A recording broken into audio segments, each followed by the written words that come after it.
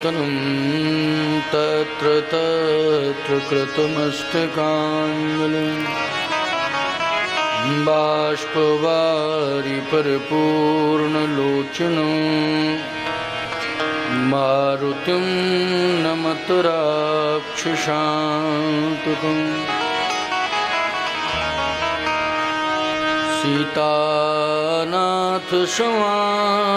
सीतानाथसमारम्भां रामानन्दार्यमध्यमाम्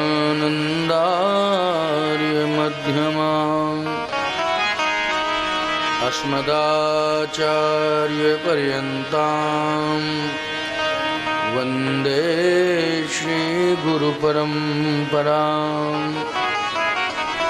गिरायरथजलबीच सम कहियत भिन्न भिन्न वंदहु सीताराम पद जिन्हीं परम प्रिय खिन एक भरोसो एक बल एक आस विश्वास एक राम घनश्याम हित चातक तुलसीदास।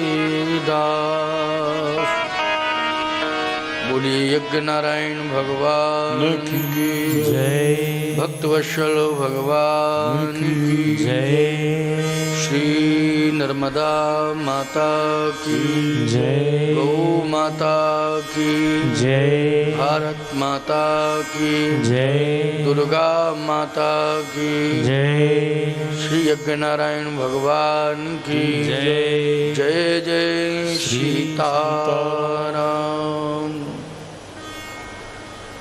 परमाध्यक्ष स्वयं श्री यज्ञ नारायण भगवान, यज्ञ संरक्षक संयोजक ज्योतिषाचार्य पंडित रेवाराम शास्त्री एवं यज्ञ के संचालक संत राजीव लोचन दास जी, उपस्थित श्रद्धालुजन, श्रद्धामयी माताओं एवं बहनों, संगीत में अपनी विलक्षण प्रस्तुति दे रहे श्री पाठक जी आदि सभी उनके सहयोगीगण, हम लोग भगवान का नाम भक्ति पूर्वक लें, श्रद्धा पूर्वक लें।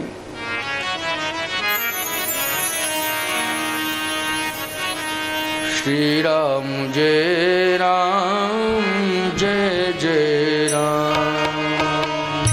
श्री राम जय राम, श्री राम जय राम, श्री राम जय राम, श्री राम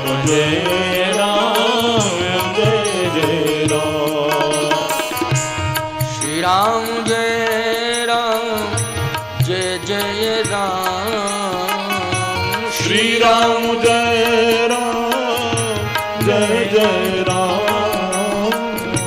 श्री राम जय राम, जय जय राम, श्री राम जय राम, जय जय राम, श्री राम जय राम, जय जय राम, श्री राम जय राम, जय जय राम, मंगल भवन मंगलहारी,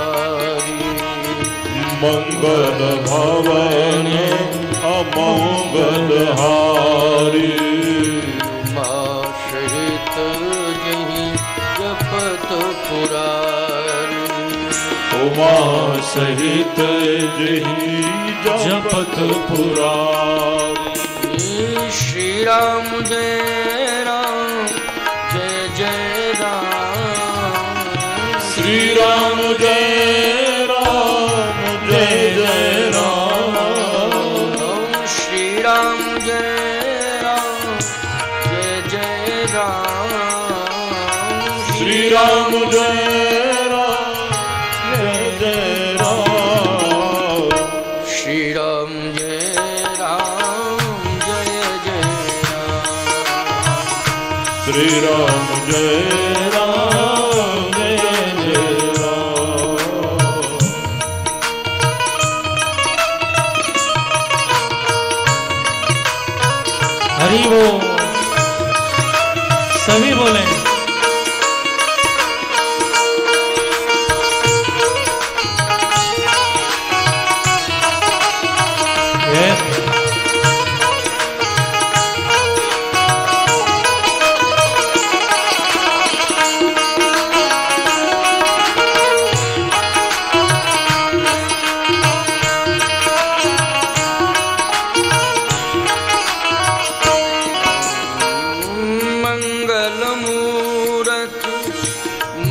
मारुति नंदन मंगल मूर्ति मारुति नंदन सकल मंगल मूल निकंदन सकल मंगल मूल निकंदन श्री राम जय राम जय जय राम हरि बोल श्री राम जय राम जय जय राम श्री राम जय राम जय जय राम श्री राम जय राम जय जय राम श्री राम जय राम जय जय राम श्री राम जय राम जय जय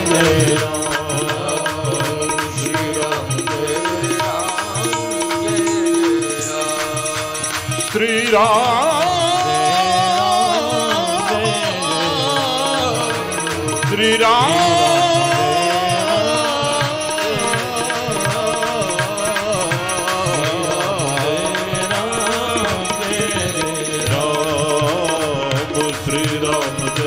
राम जय जय राम श्री राम श्री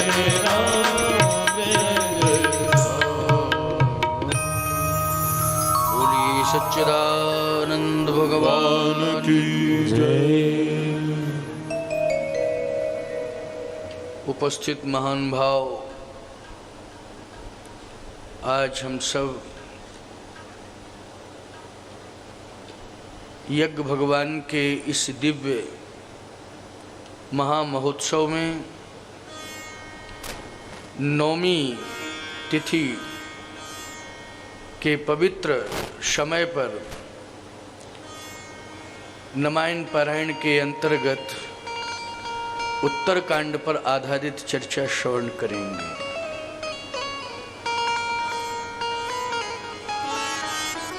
वैसे तो सुंदरकांड, लंका कांड, ये उत्तरकांड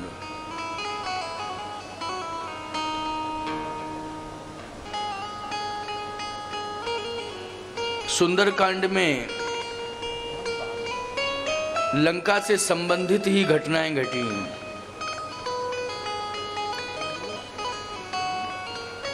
और सबसे बड़ा राक्षसों का विनाश जो हुआ है वो सुंदरकांड में ही हुआ है। यूं कहना चाहिए कि 75% राक्षस यदि मारे गए तो वो सुंदरकांड में ही मारे गए, और अकेले हनुमान जी ने ही मारे, मात्र हनुमान जी और कोई नहीं। सुंदरकांड में जितने भी राक्षस 75% मारे गए वो किसके हाथों से मारे गए? श्री हनुमान जी महाराज के हाथों से। लंका कांड में तो 25% राक्षस, और उसमें भी भगवान राम का बल जुड़ा है, लक्ष्मण जी का भी बल जुड़ा हुआ है, और वानरों का भी बल जुड़ा हुआ है। 25% राक्षस लंका कांड में मारे गए। 75% राक्षस सुंदरकांड में श्री हनुमान जी के हाथों से मारे गए।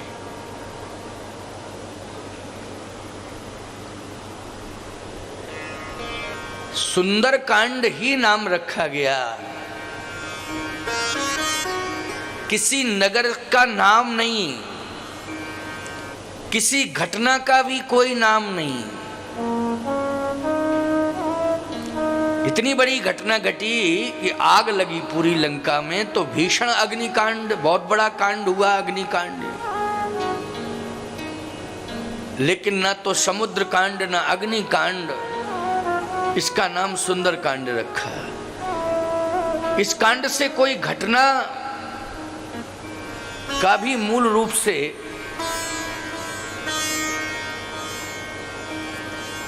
घटना का भी कहीं कोई उल्लेख नहीं किया गया। मूल में, प्रारंभ में तो केवल एक ही चौपाई वर्णित की गई है कि जामवंत के वचन सुहाए, सुन हनुमंत हृदय अति भाए। इसमें भी सुहायो भाई। तो प्यारे, मुझे ऐसा लगता है कि हनुमान जी ने सबसे पवित्र कार्य इसमें यही किया कि भगवती सीता के पास पहुंचकर भगवती सीता को भगवान की कथा सुनाई। क्या सुनाई? कथा। पूरे यज्ञ में सभी कार्य सुंदर हैं। देवी जी का दर्शन हो रहा है, ये भी सुंदर दिव्य दर्शन है। यज्ञ भगवान का दर्शन और परिक्रमा हो रही, ये भी बहुत ही सुंदर व्यवस्था है आध्यात्मिक और आस्था की। भंडारा चल रहा है, ये भी बहुत सुंदर है। लेकिन अति सुंदर यह है कि भगवान की कथा सुनने को मिल रही है, ये अति सुंदर है।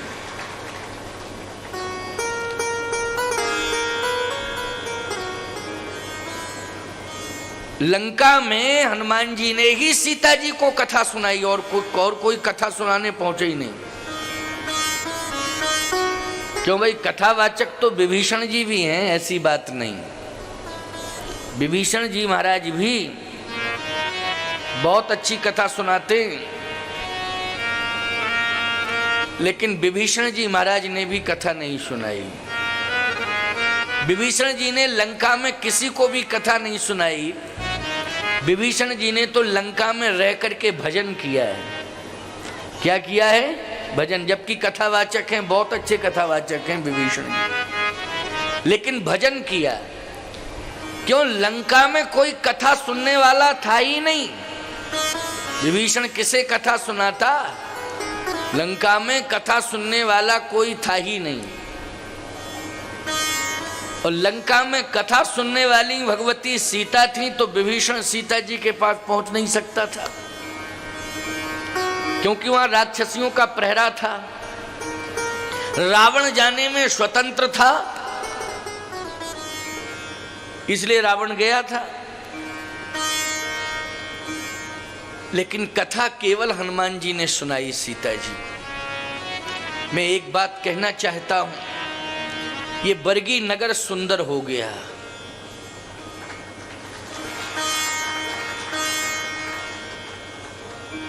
मां रेवा के पावन तट पर ये बरगी नगर बसा हुआ है, इसलिए ये पुनीत नगर है, पवित्र नगर है।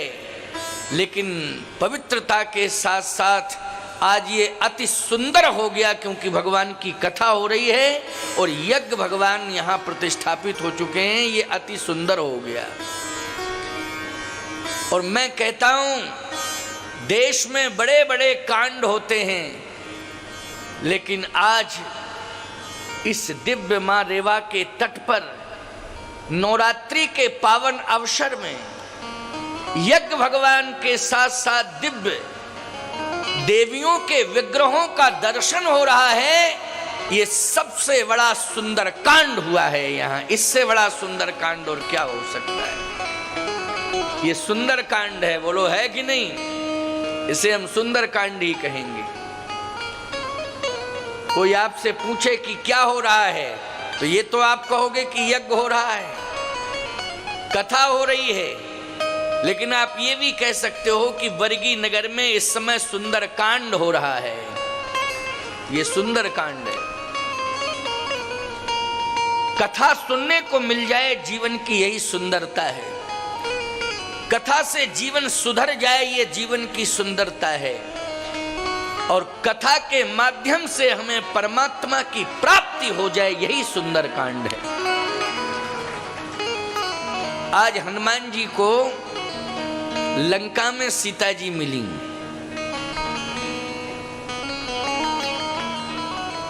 और हनुमान जी ने सीता जी को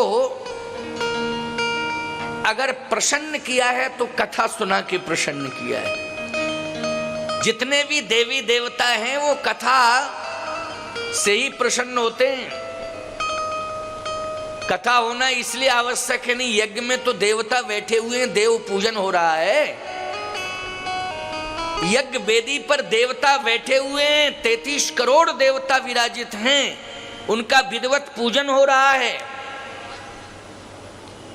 क्या जरूरत है कथा की? नवरात्रि के पावन अवसर पर बहुत ही सुंदर मंडप में 21 विग्रह देवियों के स्थापित हैं,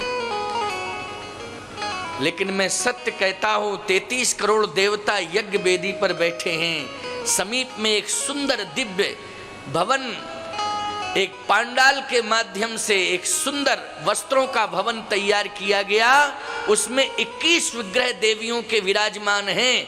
लेकिन ये सभी देवियां एवं समस्त देवता अगर प्रसन्न हैं तो भगवान की कथा हो रही है सुन करके प्रसन्न है।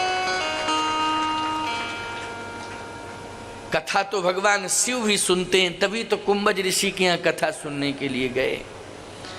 कथा भगवान राम भी सुनते हैं, वेद पुराण वशिष्ठ वखान है सुनहि राम यद्यपि सब जान ही। भगवान की कथा है, लेकिन कथा के इतने प्रेमी हैं कि गुरु वशिष्ठ जी महाराज के आश्रम में कथा सुनने जाते हैं।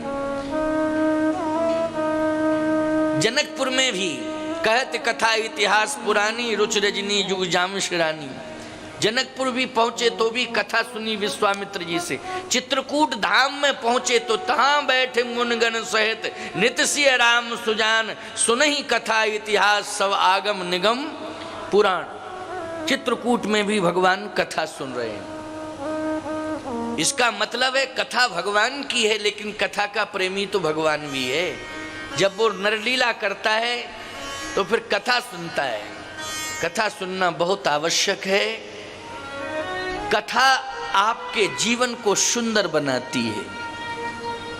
इसलिए हनुमान जी ने सुंदर कांड में सबसे पहला कार्य ये किया कि मां जानकी की व्यथा को दूर करने के लिए राम कथा सुनाई। तो व्यथा को दूर करने के लिए राम कथा सुनना परम आवश्यक है। इसलिए रामचंद्र गुण बरनय लागा, रामचंद्र गुण बरनय लागा। सुनत ही सीता कर दुख भागा, सुनत ही सीता कर दुख भागा। लागी सुने श्रवण मन लाई, लागी सुने श्रवण मन लाई। आदेउते शव कथा सुनाई, आदेउते सब कथा सुनाई। आदेउते शव कथा सुनाई, आदेउते सब कथा आदेउते शव कथा सुनाई। लंका में हनुमान जी ने राम कथा सुनाई सीता जी को, तो कथा मन से सुनी सीता जी ने। आद्योपांत कथा हनुमान जी की वाणी से श्री किशोरी जी सुन रही हैं, अनुभव कर रही हैं कि मैंने कथाएं तो जनकपुर में भी सुनी, क्योंकि जनकपुर में भी कथाएं होती थी। महाराज श्री जनक स्वयं बहुत बड़े ज्ञानी हैं, बहुत बड़े वक्ता हैं, बहुत बड़े विद्वान हैं। और जनक जी महाराज के यहाँ जब कथाएं होती थीं तो व्यास जी, पराशर जी, गर्ग जी, गौतम जी, कपिल जी, कणाद जी, वशिष्ठ जी आदि आदि सब पहुंचते थे। ये श्रोता बन करके कथा सुनते थे, समझ लीजिए। जैसे आप सब बैठ करके श्रोता बन के कथा सुन रहे हो, वैसे ये विभूतियां, बहुत बड़े सिद्ध संत, परम ज्ञानी, तपस्वी, ये सब श्रोता बन करके कथा सुनते थे जनकपुर धाम में। श्री जानकी जी कहती हैं मैंने तो जनकपुर धाम में अपने पिताजी की यहाँ भी कथा सुनी, लेकिन इतनी सुंदर कथा अभी तक मैंने जनकपुर धाम में नहीं सुनी। अयोध्या धाम में भी कथा सुनी। स्वयं वशिष्ठ जी महाराज कथा सुना रहे हैं, लेकिन इतनी सुंदर कथा मैंने अयोध्या धाम में भी नहीं सुनी। चित्रकूट धाम में भी मैंने कथा तमाम ऋषि आवत देख मुदित मुनि वृंदा कीन दंडवत रघुकुल चंदा।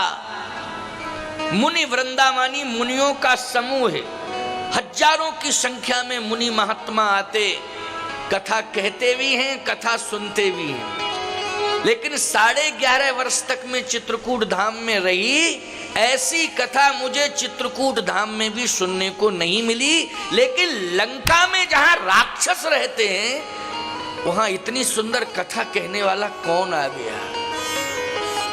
जहां राक्षस ही राक्षस रहते हैं, लेकिन इतनी सुंदर कथा कहने वाला कौन, सोच रही हैं। बड़ी सुंदर कथा। अरे भैया, कथा कहने वाले बड़ी सुंदर कथा कह रहे हो, लेकिन सामने क्यों नहीं आ रहे हो? इतनी अच्छी कथा कहते हो, थोड़ा दर्शन तो दे दो। हनुमान जी कहते हैं, माता जी कथा ही कथा सुंदर है, सुनाने वाला तो पूरा बंदर है। कथा ही कथा सुंदर है। जानकी जी ने कहा, कथावाचक के रूप पर विचार नहीं करना चाहिए, रूप पर ध्यान नहीं देना चाहिए। अगर आप कथावाचक के रूप पर ध्यान दोगे तो मैं ये मानता हूं कि कथा का प्रभाव आपके जीवन में पूरी तरह से नहीं पड़ सकता है। कथावाचक की वाणी पर ध्यान दो, उसके आचरण को देखो, रूप को मत देखो। अगर कथावाचक के रूप पर विचार करोगे तो याद रखना, अष्टावक्र जी ने महाराज श्री जनक के यहाँ किस प्रकार की टिप्पणी की थी आपने विद्वानों से सुना होगा। और उस टिप्पणी को सुन करके महाराज श्री जनक को शर्मिंदित होना पड़ा था। महाराज श्री जनक जैसे विद्वान को अष्टावक्र की टिप्पणी पर शर्मिंदित होना पड़ा था और क्षमा मांगनी पड़ी थी, क्योंकि वहां रूप को देख करके एक हास्यमय वातावरण हो गया था। अष्टावक्र के रूप को देख करके हास्यमय वातावरण हो गया था। अष्टावक्र जी ने शर्मिंदित कर दिया, जनक की सभा को शर्मिंदित कर दिया। इसलिए संत हो चाहे विद्वान हो, उसके आचरण को देखो कैसा है। जिसका आचरण श्रेष्ठ होगा, चाहे वो संत हो चाहे विद्वान हो, उसी की वाणी में प्रभावोत्पादकता हो सकती है, उसी की वाणी परिवर्तन कर सकती है। केवल व्याख्यान देने से काम चलने वाला नहीं है, लच्छेदार बातें कहने से काम चलने वाला नहीं है, आचरण में भी उतारो। लोग त्याग की बात करते हैं, लेकिन त्याग नहीं है तृण की नोक के बराबर भी। समर्पण की बात करते हैं, श्रद्धा की बात करते हैं, लेकिन तृण की नोक के बराबर भी समर्पण नहीं है ना श्रद्धा है।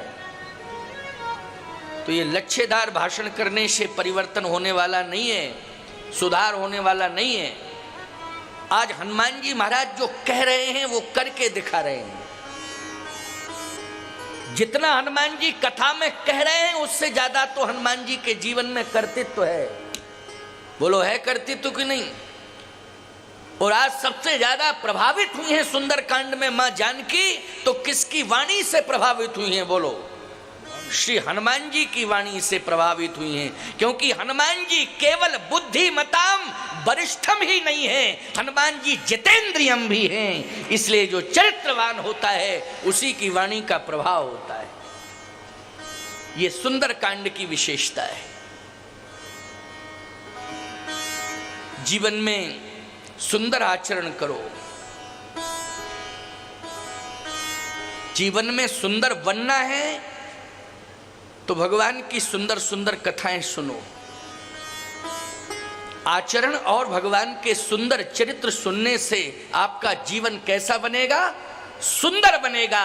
और जब कथा सुनते सुनते जीवन सुंदर हो जाएगा, आचरण अच्छा करते करते जीवन सुंदर हो जाएगा, तो जिंदगी भर आपके हाथों से सुंदर कांड ही होते रहेंगे प्यारे, सुंदर कांड ही होते रहेंगे।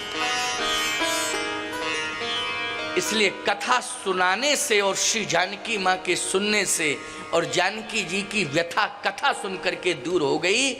इसलिए इस कांड की ये विशेषता है कि ये सुंदर कांड हो गया। अब लंका कांड में हनुमान जी की कथा से ही विभीषण जी का हृदय परिवर्तन हो गया और लंका छोड़ने का संकल्प ले लिया विभीषण ने। बोलो किसकी कथा सुनकर के परिवर्तन हुआ? हनुमान जी की कथा सुन के, और लंका छोड़ने का उसने संकल्प ले लिया। लंका कंचन नगरी है, सोने की नगरी है, सोने की नगरी का त्याग करने का संकल्प विभीषण लेता है। बोलो ये त्याग की पराकाष्ठा पर पहुंचाया है विभीषण को, तो हनुमान जी के वाणी से निकली हुई कथा ने पहुंचाया है। इसलिए कथा बहुत बड़ी उपलब्धि है हम आपके लिए। आज विभीषण राम की शरण में पहुंचा कथा सुन के। कथा सुनकर के मंदोदरी का हृदय परिवर्तन हो गया लंका कांड में। आप कहोगे महाराज कोई प्रमाण है? हाँ, तो लंका कांड का भी मैं प्रमाण दे रहा हूं कि मंदोदरी का हृदय परिवर्तन हुआ। क्या सुन के हुआ? कथा सुन के। हनुमान जी महाराज जब लंका में प्रवेश किए तो उन्होंने संपूर्ण लंका का परिभ्रमण किया। मंदिर मंदिर प्रतिकर शोधा, ये संपूर्ण लंका का परिभ्रमण हनुमान जी के द्वारा हुआ। मंदिर मंदिर प्रतिकर शोधा, देखे जहते अगणित जोधा। लेकिन प्यारे हनुमान जी ने रावण के दरबार में रावण से जो कहा वो मंदोदरी ने भी सुना, राक्षसों ने भी सुना, विभीषण ने भी सुना, सबने सुना। क्या कहा था? हनुमान जी ने कहा जो जीवन का सत्य है वो मैं सुना रहा हूं रावण, अगर मेरी बात मान जाओ तो तुम अजय हो जाओगे, अमर हो जाओगे, तुम्हारी सत्ता क्षुण्ण हो जाएगी। रावण मेरी बात मान लो। यही हनुमान जी की कथा है। हनुमान जी करे थे राम चरण पंकज उर्धरहु, तो लंकाय चल राज तुम करहु, लंकाय चल राज तुम करहु। राम चरण पंकज उर्धरहु, तो लंका अचल राज तुम करहु। भगवान राम के चरणार बिंदों को तुम हृदय में धारण कर लो। बोलो ये कथा है कि नहीं? किसी को उपदेश भी कह सकते हो, क्यों भाई? उपदेश भी कह सकते हो और कथा कह सकते हो। राम चरण पंकज उर्धरहु, तो लंकाय चल राज तुम करहु। तुम्हारा अस्तित्व कभी समाप्त नहीं हो सकता। लेकिन राम हनुमान जी के इस उपदेश को स्वीकार किया दो ने, एक तो विभीषण जी ने और दूसरा मंदोदरी ने। इसलिए ही विचारवान श्रोताओं विचार करना, दोनों ही अमर हैं कि नहीं? मंदोदरी भी अमर है, उसका भी अस्तित्व आज सुरक्षित है, और विभीषण का भी अस्तित्व आज सुरक्षित है। बोलो है कि नहीं? मंदोदरी का भी अस्तित्व आज सुरक्षित है और विभीषण का भी अस्तित्व आज सुरक्षित है। किसके प्रभाव से? मंदोदरी के व्यक्तित्व के प्रभाव से नहीं, विभीषण के व्यक्तित्व के प्रभाव से नहीं, बल्कि भगवान की कथा सुनने के प्रभाव से दोनों का अस्तित्व आज सुरक्षित है। रावण ने नहीं सुनी कथा, मर गया। मर गया कि नहीं? और कल विजयादशमी है, कल तो गांव गांव में मरेगा। ऐसा कोई घाव नहीं होगा जिसमें मरे ना वो। क्यों भाई? हर साल फूकता है, हर साल पैदा हो जाता है। सावधान, कथा के प्रभाव से मंदोदरी अमर हो गई। अच्छा, मंदोदरी कथा के प्रभाव से अमर हुई। मंदोदरी ने देखो कथा का प्रभाव, वाणी कितनी परिमार्जित हो गई, वाणी कितनी परिष्कृत हो गई। इतनी परिष्कृत वाणी है मंदोदरी की कि आप सुनोगे तो लंका कांड का एक दोहा मैं सुना रहा हूं, दोहा सुना रहा हूं। उस दोहे से ये निर्णय हो जाएगा कि कितनी परिष्कृत प्रांजल भाषा में बात कर रही है मंदोदरी। मंदोदरी कहती है, रावण से राम है सौंपिए जानकी, राम है सौंपिए जानकी, नाय कमल पद्माथ,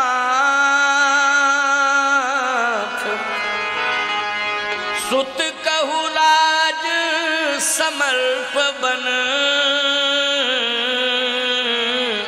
जाहे भजो रघुनाथ। सुत कहु राज समर्प बन, जाहे भजो रघुनाथ।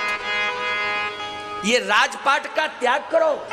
बोलो, कथा ने त्याग की पराकाष्ठा पर पहुंचा दिया मंदोदरी को कि नहीं? अपने पति से कह रही है, अपने पति से कह रही है कि राम ही सौंपिए जानकी, नाय कमल पद्माथ, सुत कहु राज समर्प बन, जाहे भजो रघुनाथ।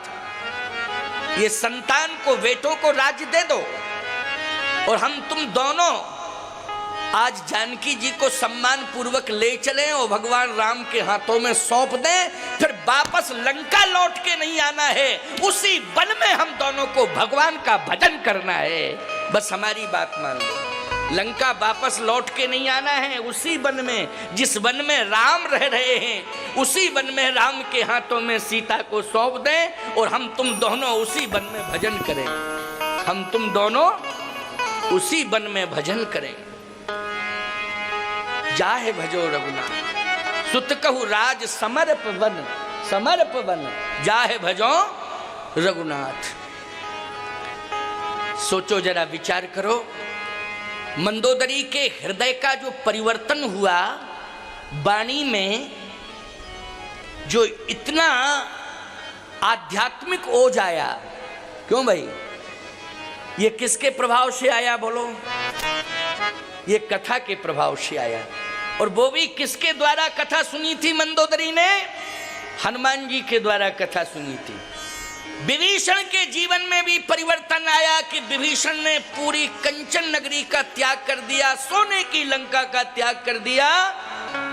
बोलो भाई, ये हृदय परिवर्तन जो हुआ है वो किसके द्वारा हुआ? कथा के द्वारा हुआ। लेकिन कथा किसने सुनाई? हनुमान जी ने सुनाई।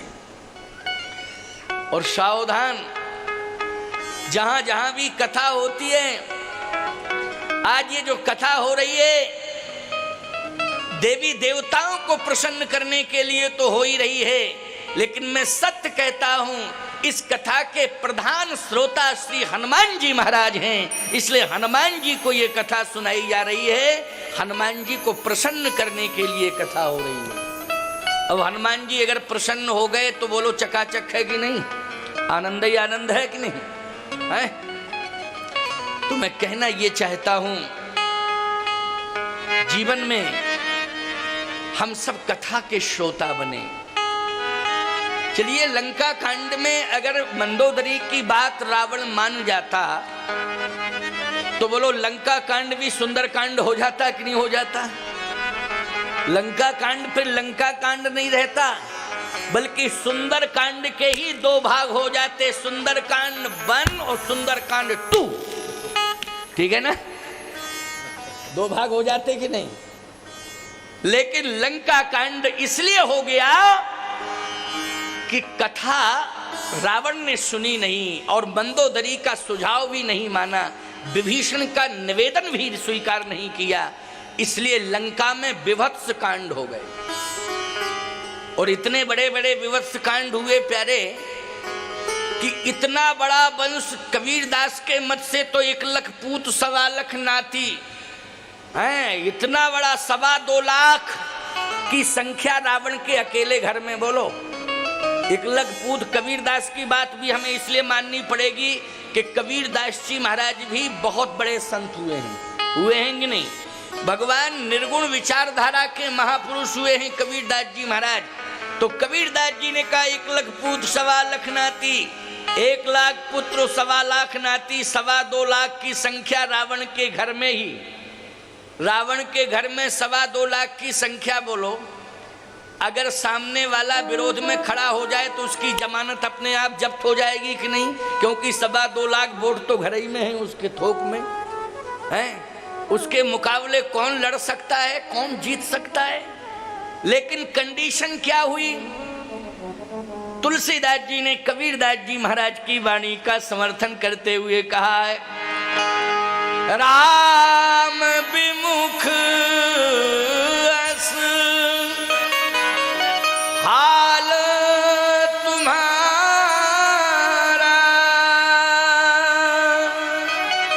कुछ दिन पहले मंदोदरी समझा रही थी, आज मंदोदरी रावण की लाश पर माथा पटक के रो रही है। और क्या कह रही है? स्वामी, तुमने मेरी बात नहीं मानी। अरे मैंने तो आपको उस स्थिति में देखा जब आप चलते थे तो पृथ्वी कांपती थी, जब बोलते थे तो पवन का वेग रुक जाता था, पतझड़ होने लगता था, हरे पत्ते भी वृक्षों से गिरने लगते थे, सूर्य की गति रुक जाती थी जब आप बोलते थे। लेकिन आज बड़ी विडंबना, बस थोड़ी देर में देखा मंदोदरी ने कि एक कौआ आया और रावण की भुजा खींच के ले गया मंदोदरी के सामने। और जैसे ही मंदोदरी ने देखा कि एक कौआ भुजा लेके जा रहा है तो दूसरा कौआ उधर से आ रहा था। उसने जो कौआ भुजा लेके जा रहा था, आने वाले कौए ने उस कौए के मुख से भुजा खींची और लेके चला गया। मैं अपनी तरफ से बनावटी बात नहीं कह रहा हूं, गोस्वामी जी कह रहे हैं, काक कंक ले भुजा उड़ाही, एक तेक छीन ले खाही, एक तेक छीन ले खाही। बोलो, ये मानस की चौपाई है कि नहीं? कौआ भुजा लेके जा रहा है। जो रावण अपनी भुजाओं के बल पर गरजता था, आज कौआ उसकी भुजा को ले जा रहे हैं। और ये दृश्य कौन देख रही है? मंदोदरी देख रही है। ये दृश्य मंदोदरी देख रही है। और मंदोदरी माथा पटक के कहती है कि मैंने आपको समझाया था मैंने आपको, लेकिन आज अनाथों की तरह आप पड़े हुए हैं, अनाथों की तरह आप पड़े हुए हैं। 2.25 लाख की संख्या वाला परिवार, लेकिन आज सभी मृत प्राय पड़े हुए हैं। लाशें ही लाशें बिछी हुई हैं। लंका के इस प्रांगण सम्रांगण में लाशों के अलावा मुझे और कुछ दिखाई नहीं दे रहा है। ये मंदोदरी दृश्य देख रही है। ये किस कांड की घटना है प्यारे जो मैं सुना रहा हूं? लंका कांड की घटना। मंदोदरी विलाप कर रही है। थोड़ी ही देर में श्वान आता है। एक श्वान ने रावण की एक टांग को खींचा, तब तक दूसरा श्वान आया, उसने दूसरी टांग पकड़ी और खींचते ही चले गए दोनों कुत्ते। श्वान मानी कुत्ते, रावण की टांग को पकड़ के खींचते चले गए। मंदोदरी कहती है, धिक्कार है, धिक्कार है, धिक्कार है। अगर धर्म को धारण कर लिया होता तो ये दुर्गति नहीं होती। और मंदोदरी ने दुनिया वालों को भी सचेत कर दिया। मंदोदरी कहती है, अविचल है जो धर्म पर, अविचल है जो धर्म पर होती उसकी जीत, अन्यायी की लाश पे कुत्ते गाते गीत, अन्यायी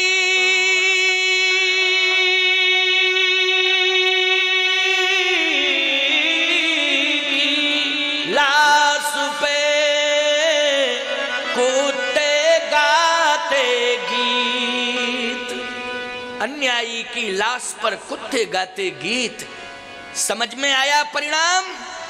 ये लंका कांड चेतावनी दे रहा है कि धर्म को मत छोड़ना, किसी भी कंडीशन में धर्म को मत छोड़ना प्यारे। धर्म कभी कभी परीक्षा लेने के लिए आता है तो घबराना नहीं। धर्म करने वाला व्यक्ति धर्म के कारण काशी के बाजार में बिक जाता है। बोलो, बिक जाता है कि नहीं बिक जाता है? काशी के बाजार में बिक जाता है, लेकिन वो परिवार और संपत्ति सबको समर्पित कर देता है। भले ही काशी के बाजार में बिक जाता है, लेकिन धर्म नहीं छोड़ता है। यह है धर्म की पहचान, ये धर्म करने वाले की पहचान। इसलिए जीवन में संकल्प लो कि रावण का विनाश हुआ किन परिस्थितियों में? उसने कथा नहीं सुनी, संत को नहीं माना, गौ ब्राह्मण का सम्मान नहीं किया, उसने धर्म को स्वीकार नहीं किया, विनाश हो गया।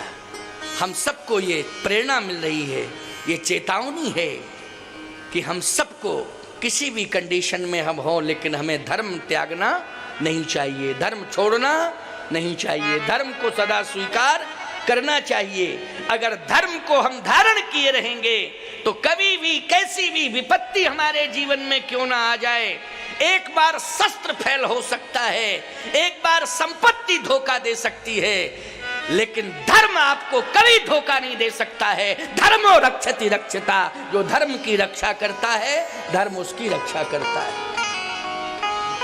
इसलिए लंका कांड से यही प्रेरणा मिल रही है, धर्मो रक्षति रक्षिता। जो धर्म की रक्षा करेगा धर्म उसकी रक्षा करेगा, और जो धर्म को मिटाने की कोशिश करेगा, याद रखना उसकी अंत में दुर्गति यही होगी, काक कंक ले भुजा उड़ाही और एक ते एक छीन ले खाही, यही दुर्गति होगी। प्यारे, विभीषण को लंका कांड में राजा बनाया गया। वैसे तो सुंदर कांड में ही राजा बन गया था। अस कही राम तिलक तही सारा, सुमन वृष्टि नव भई अपारा। समुद्र के किनारे भगवान ने उसका अभिषेक कर दिया, लंकाधिपति बना दिया, लेकिन सिंहासन पर तो तब बैठ पाया ना जब रावण मर गया। लंका के सिंहासन पर विभीषण कब बैठा? जब रावण का अस्तित्व पूरी तरह से समाप्त हो गया। अब भरत जी महाराज की याद भगवान को आ रही है। हम थोड़ा उत्तर कांड में भी प्रवेश करेंगे। किस कांड में? उत्तर कांड में, क्योंकि मैंने कल किष्किंधा कांड पर आधारित चर्चा की थी। जो श्रोता नित्य आते रहे हैं, देखिए मुझे ऐसा लगता था कि मैं 2:15 बजे आऊँगा तो श्रोताओं की संख्या कम रहेगी। मेरे आते ही पता नहीं कहाँ से लोग आते गए, और देखो पूरा पांडाल भर गया, पूरा पांडाल भर गया। ऐसा बहुत प्रेमी है आप कथा के। सभा पूरी तरह से मुझे संतुष्ट कर रही है। संत प्रसन्न हो जाए तो समझ लो सब कुछ ठीक हो जाएगा। संत की प्रसन्नता में ही भगवंत की प्रसन्नता है। संत प्रसन्न है तो भगवान प्रसन्न है। प्यारे, उत्तर कांड में भगवान है तो लंका में, लेकिन उत्तर कांड ये संकेत दे रहा है कि भगवान देख रहे हैं कि भरत अयोध्या में याद कर रहा मुझे, और बार बार भगवान ये सोच रहे हैं कि मैं अयोध्या कैसे पहुंचूं। लेकिन अयोध्या पहुंचने के लिए एक बहुत बढ़िया साधन उपलब्ध कराया गया। उस साधन का नाम है पुष्पक विमान। चलो भाई, पैदल भगवान जाते तब तो विलंब से पहुंचते, लेकिन पुष्पक विमान आया, उसमें भगवान विराजित हुए। ठाकुर जी बैठे, श्री किशोरी जी, लक्ष्मण जी, वो सभी बानर सब बैठ गए। अब विमान की विशेषता, कुछ लोग शंका करते हैं कि ये विमान में पदम 18 जूथब बंदर, तो सब कैसे बैठे होंगे। विमान की विशेषता थी, ये पुष्पक विमान है, इसमें बढ़ने की क्षमता थी। जैसे सवारियां ज्यादा हो गई तो सीटें बढ़ गई अपने आप, और एक सीट फिर भी खाली रहती थी चाहे जितने लोग बैठ जाएं। जबलपुर जिला बैठ जाए तब भी एक सीट खाली। मध्य प्रदेश बैठ जाए तब भी एक सीट खाली, पूरा भारत बैठ जाए तो एक सीट खाली, पूरा विश्व बैठ जाए तो एक सीट खाली। अब बताइए ये क्षमता किसमें थी? पुष्पक विमान में। तो सब बैठ गए वानर, अब एक सीट खाली। लक्ष्मण जी ने कहा भैया बहुत संख्या हो गई, समय से पहुंचना है तो ओवरलोडिंग ज्यादा है। बंदर बोले काहे की ओवरलोडिंग जब एक सीट खाली है पीछे, फालतू की बात क्यों करते हो? जब सीट खाली है पीछे तो ओवरलोडिंग कैसी? एक सीट। हनुमान जी ने कहा ये सीट वाला झंझट ही बना रहेगा, क्योंकि आगे महात्मा मिलेंगे तो वो रोकेंगे, और जब महात्मा रोकेंगे तो फिर वही समस्या आएगी कि जितने संत बैठेंगे एक सीट खाली, और इतने तीर्थ मिलेंगे, समुद्र के उस पार भी संत रहते हैं, और चित्रकूट धाम में तो बहुत ही संत हैं, और तीर्थराज प्रयाग मिलेगा उसमें संत, तो ये रुकने वाला झंझट बना रहेगा। हनुमान जी ने कहा एक काम करते हैं कि ये सीट न बढ़ने पावे, इसके लिए हनुमान जी खड़े रहे। हनुमान जी ने खाली सीट पर अपनी गदा रख दी। अब बताओ हनुमान जी की गदा जहां पर रख जाए, ना वो धरती बढ़ेगी ना सीट बढ़ेगी, कौन बढ़ेगा? किसकी हिम्मत है? हनुमान जी ने गदा रख दी, हनुमान जी खड़े हैं और सीट पे गदा रख दी। अब सीट जाम हो गई, अब सीट न बढ़ पावे, सीट जाम, हिम्मत ही नहीं। अरे जय गिर चरण दे हनुमंता, गए उस सो गा पाताल तुरंत। बड़े बड़े पर्वत चले गए पाताल में, हनुमान जी ने जहां चरण रख दिया। कहा विमान से कहा विलंब मत करो, चलो जल्दी ले चलो अयोध्या। भरत जी की स्थिति क्या है वहां प्यारे? भरत जी महाराज रो रहे हैं। रहा एक दिन अवधि अधारा, रहा एक दिन अवधि अधारा, समुझत मन दुख भयउ अपारा, समझत मन दुख भयउ अपारा, कारण कवन नाथ नहीं आएऊ, कारण कवन नाथ नहीं आए, जान कुटिल की धो मोहि बिसराए, जान कुटिल की हो मोहि बिसराए। कपटी कुटिल मोह प्रभु चीन्हा, ताते नाथ संग नहीं लीना। अब आगे भरत तू कहीं का नहीं रहा। अरे चित्रकूट में तू विश्वास करके वापस अयोध्या आ गया, तुझे तो साथ में ही जाना चाहिए था, साथ में रहना चाहिए था, लेकिन तूने रामभद्रजू की वाणी पर विश्वास कर लिया, भैया की वाणी पर विश्वास कर लिया, और तू वापस अयोध्या आ गया। अब तो तू कहीं का नहीं रहा। भरत जी महाराज ने कहा कि मैं प्राण परित्याग तो कर ही सकता हूं, इतना तो मेरे हाथ में है। बस भरत जी संकल्प ले रहे हैं कि अब मैं महाप्रयाण करूंगा। संत के प्राण जब भी निकलते हैं तो ब्रह्मरंध्र से निकलते हैं। कहां से निकलते हैं? ब्रह्मरंध्र से निकलते हैं। भरत जी ने आंख बंद कर ली, और आंख बंद की तो एक राम विरह का सागर प्रकट हो गया। कौन सा सागर? राम विरह का सागर, राम विरह सागर। गोस्वामी जी ने उसी समय अपनी कलम चला दी। राम विरह सागर मह भरत मगन मन होत, राम विरह सागर मह भरत मगन मन होत। राम विरह सागर में भरत जी डूब रहे। इधर विमान अपनी गति से चल रहा। भगवान ने कहा हनुमान ये विमान समय से नहीं पहुंच सकता है, क्योंकि इसकी गति सिद्ध कर रही है कि ये समय से नहीं पहुंच सकता। हनुमान जी ने कहा आप तो आदेश करो। भगवान कहते हैं कि विमान तो नहीं पहुंचा पाएगा। हनुमान जी ने कहा तो विमान को छोड़ो, हनुमान तो आपको समय से पहुंचा ही देगा, हनुमान पर विश्वास करो, ये हनुमान पहुंचाएगा। भगवान ने कहा हनुमान तो तुम पहले पहुंच करके भरत को मेरे आने का समाचार सुना दो।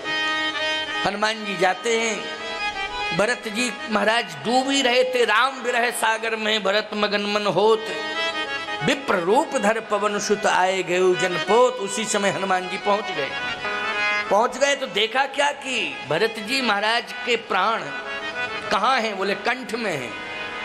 कंठ से ऊपर प्राण निकलते तो ब्रह्मरंध्र से महाप्रयाण हो जाता। प्यारे, ब्रह्मरंध्र से महाप्रयाण हो जाता।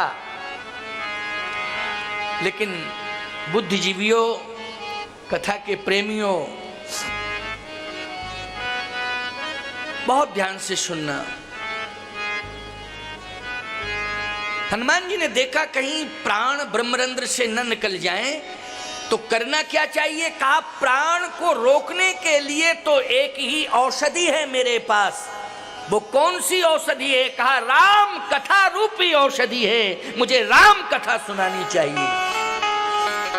तो भगवान का चरित्र सुनाने लगे हनुमान जी। भरत जी को बोलो, भरत जी के प्राण रोकने के लिए हनुमान जी ने कौन सा प्रयोग किया? कथा का प्रयोग किया। कथा संजीवनी है। कथा क्या है? संजीवनी है। जासो बिरह सोचहु दिन राती, रटहु निरंतर गुण गणपाती।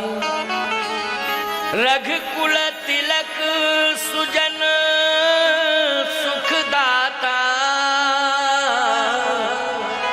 आयु कुशल देव मुनि त्राता। देखो ये कथा है कि नहीं? ये कथा में पूरा, भले ये चौपाइयां दो हैं, लेकिन इससे सार समझ में आ जाता है कि आद्योपांत कथा ही सुना रहे हैं कि रघुकुल तिलक सुजन सुखदाता आयो कुशल। कुशल से तो तब ना आ रहे हैं जब राक्षस मर गए होंगे तब।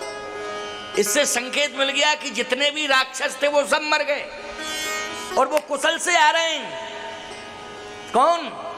प्रभु राम, जिनकी याद में तुम प्राण गंवाना चाहते हो कि वो समय से नहीं आ रहे हैं, समय से नहीं आ रहे हैं, बार बार उनकी याद कर रहे हो और कहते हो विलंब होगा तो मैं महाप्रयाण करूंगा।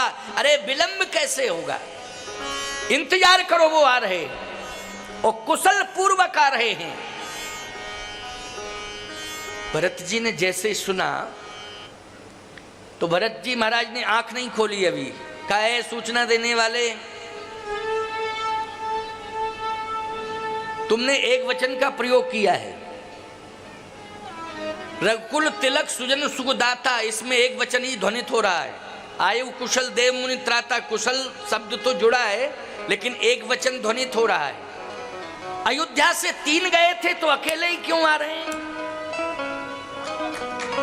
अकेले क्यों आ रहे हैं? 3 का मतलब है कि 2 वचन भी नहीं, बहुवचन निकलना चाहिए। हनुमान जी ने कहा धीरज रखो, अभी तो कथा शुरू की है, मंगलाचरण तो किया है, अभी विस्तार कहां किया कथा का? अभी तो मंगलाचरण हुआ है, अभी विस्तार होगा तब समझना। अच्छा तो विस्तार करो। तो देखो भाई, कथा का विस्तार किया हनुमान जी ने तो स्पष्टीकरण दे दिया।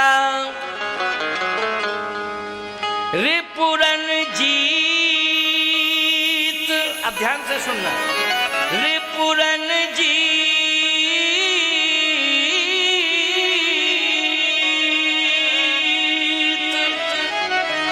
अरे सुजस सुर गावत,